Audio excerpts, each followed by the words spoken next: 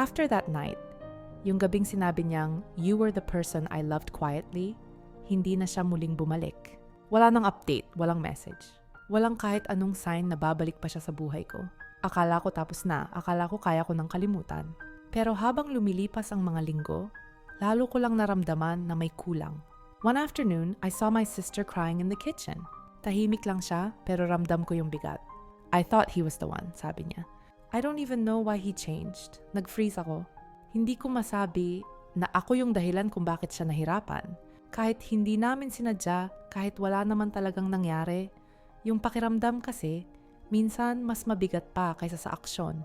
Pero habang kausap ko si ate, may narinig akong vibration sa phone. Unknown number, message, I'm outside. Can we talk? Parang tumigil ang mundo ko. Paglabas ko ng bahay, nandoon siya. Nakasandal sa pader, bit-bit ang maliit na brown envelope. Hindi siya nagsalita, ako rin. Hanggang sa iniabot niya sa akin ang envelope. Itong huling pagkakataon na haharap ako sa'yo, mahinang sabi niya. Kinabahan ako, bakit? Saan ka pupunta? Somewhere far, umiling siya, parang pilit niyang tinatanggap ang hindi niya kayang tanggapin. I lost too many people already. And I don't want to hurt anyone again. Humakbang siya palayo. Pero bago siya tuluyang lumayo, bumalik siya ng tingin. Mata niyang parehong puno ng lungkot at pagmamahal. Pero gusto kong malaman mo, bulong niya, "You were not a mistake. Loving you wasn't a mistake." At tumalikod siya.